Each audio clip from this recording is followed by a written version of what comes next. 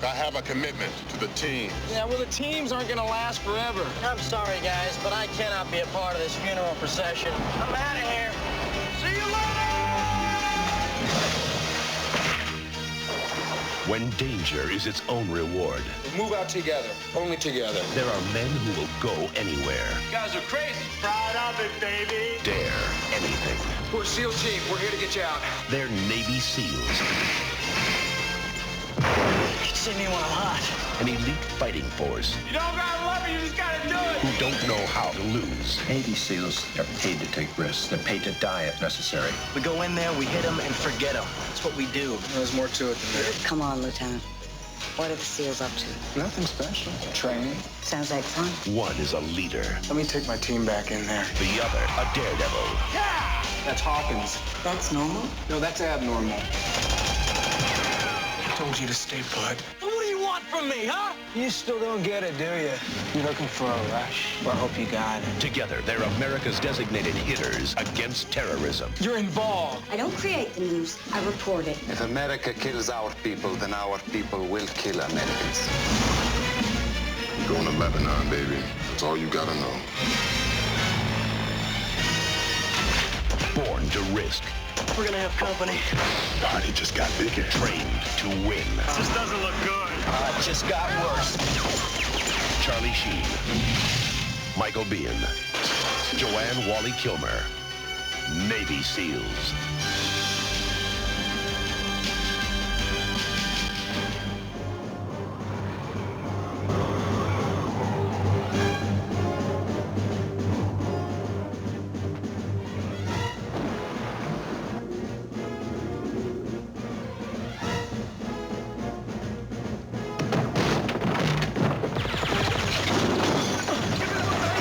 We're a SEAL team. We're here to get you out. I believe you.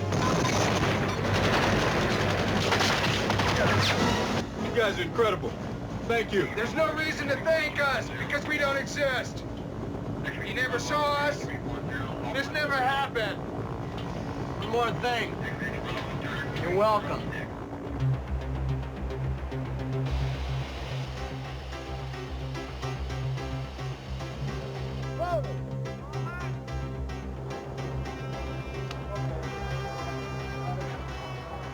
Navy SEALs, they're paid to take risks. They're paid to get shot at. They're paid to die if necessary. So we're trying to make it as realistic as possible with the help of the tech SEALs we have on the set. And there was always like this gray area that I respected, that, you know, whenever we'd say, well, when you were in Israel or you were in Honduras or El Salvador, you sense this thing about, I'd like to talk about that, but I can't. I'd have to kill you if I told you that. We want to make it as realistic as we can without getting too close to the real thing. One of the things that was interesting to me, and I think will be interesting about the film, is that these guys aren't Rambo. These guys aren't bulletproof. These are just regular guys. They do this dirty, dangerous job, and they do it every day. They're very unique. Those 7 guys, the ones that we're working with, are really a breed among themselves.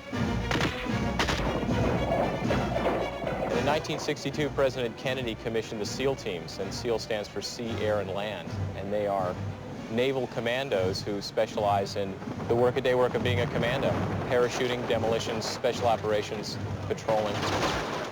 And that's kind of exciting. You have to learn certain techniques about what you do and what you don't do in those situations. They're striving to find out exactly how things are done. And sometimes they're striving into some areas where we really can't give as full or complete an answer as we'd like to. And the production companies understood that. And so with the active participation of the SEALs at every stage of the development and shooting, it's there's been a constant emphasis on realism and technical accuracy. Well, we've tried to create a story that would appear to be ripped from tomorrow's newspaper pages.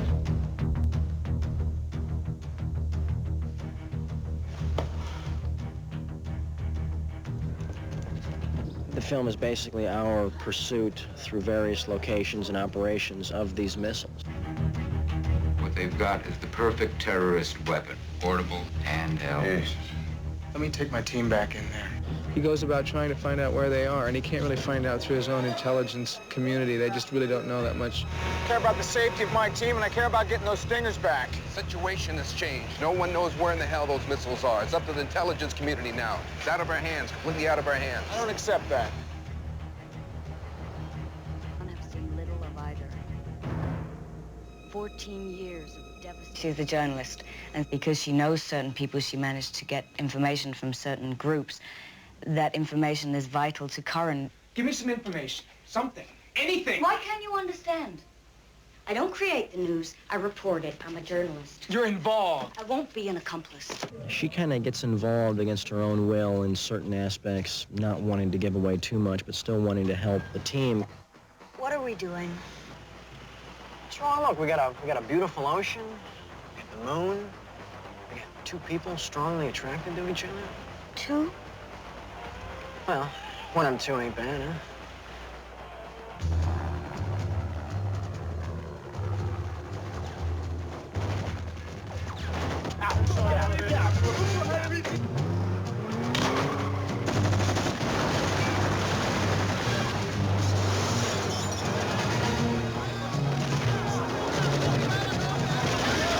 We've all got mixed feelings about it.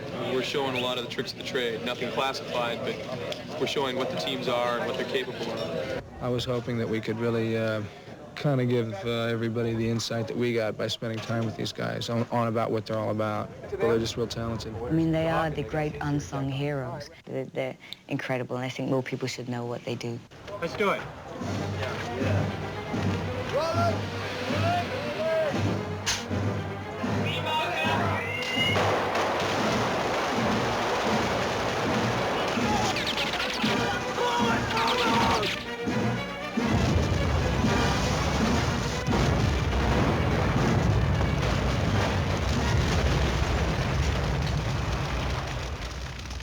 There's a lot we can do here.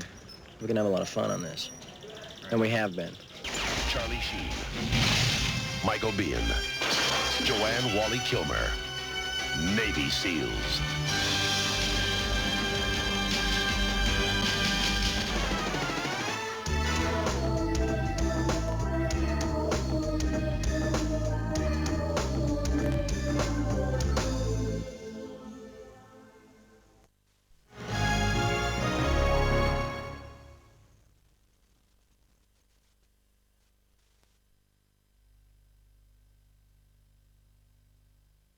Jones does a lot of driving around residential Hollywood. She services, after all, 100 clients.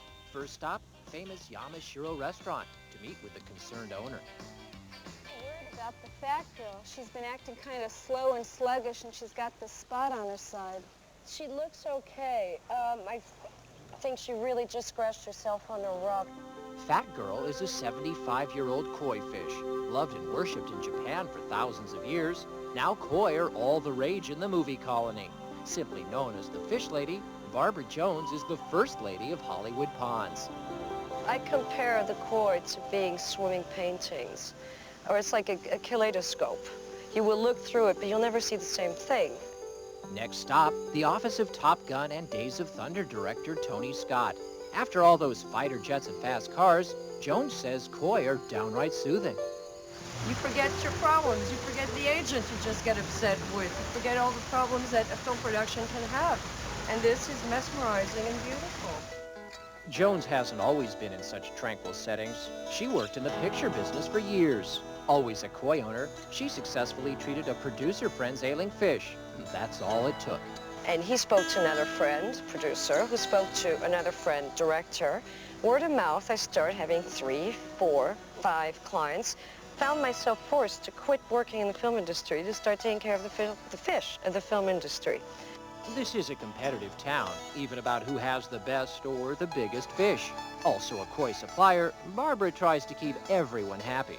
It's Hollywood, and it doesn't faze me, and I try to satisfy everybody with a better fish here or the bigger fish there. And it works out. Barbara, the hell with the fish. Don't step on the train. The ponds vary in size. This one fits in the middle of a client's train set. And this one winds through a 2-acre garden in Bel Air. They don't always want to work with you. As Hollywood's coy doctor, the patients of Barbara Jones receive regular boosters of antibiotics. These holes were massive, and this is closed and clean now. And these fish are doing much, much better. In a well-maintained pond, koi can live more than 100 years. That kind of longevity is impressive, especially in Hollywood. Barbara Jones always wanted to work for the best directors in town, but she's glad she's doing it here, and not on a studio lot. Well, fish will never scream at you. They love you. Working with fish in the beautiful gardens is wonderful. I wouldn't want any other job. I've had other jobs. I like this one.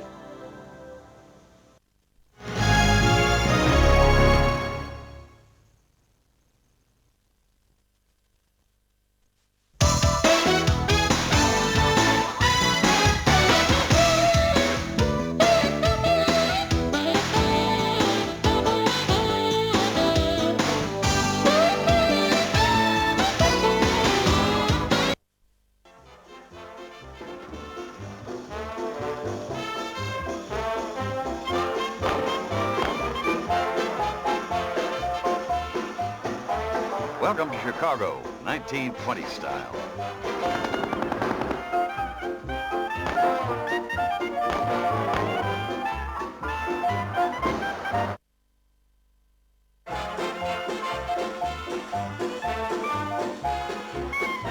It was the wildest town in America, a Dodge City set to jazz, and sometimes you needed a program to tell the gangsters from the lawmen.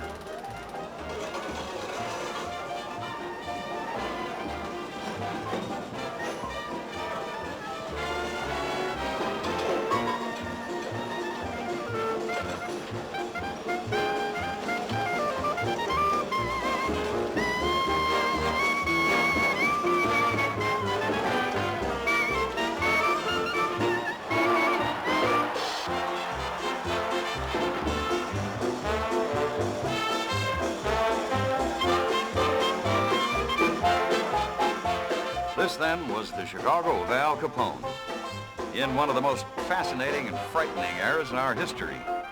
A time when people lived as if there were no tomorrow, and sometimes there wasn't. I grew up in a tough neighborhood, and we used to say you can get further with a kind word and a gun than you can with just a kind word. There was, to begin with, his enormous vanity. He loved publicity. He welcomed newspaper men, gave interviews of all kinds. He was a little strutting Napoleon rooster of a man.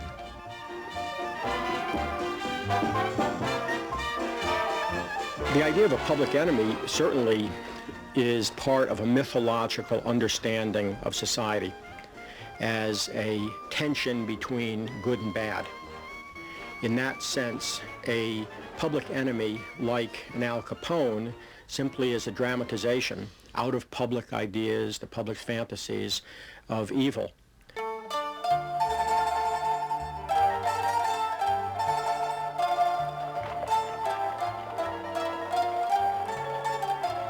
Capone was born in Brooklyn, not in Naples, as is sometimes been rumored.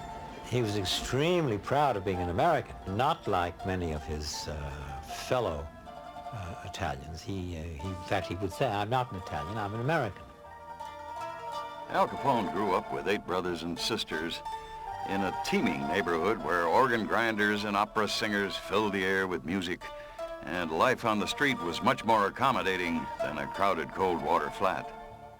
Capone's father, Gabriel, who had little influence on his son, eked out a living as a barber, while his mother, Teresa, worked as a seamstress. The Capones emigrated from the slums of Naples to the slums of Brooklyn in 1893. Poor, unskilled, illiterate, they landed on Ellis Island during the largest immigrant wave in United States history. They changed their name from Capone to Capone, but still faced prejudice. At this time, Italians were the bottom of the heap in the pecking order of new arrivals to the promised land.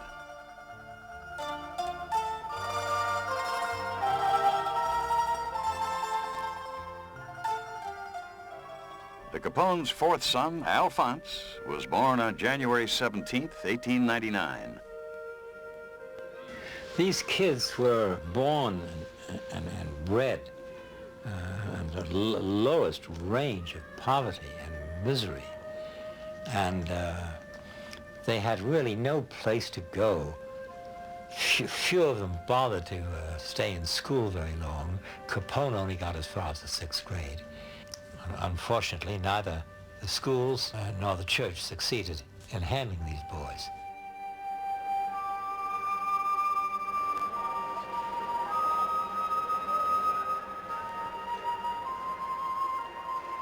The stage was set for a classic first-generation upbringing in America's urban jungle. It was in the streets and the street gangs that the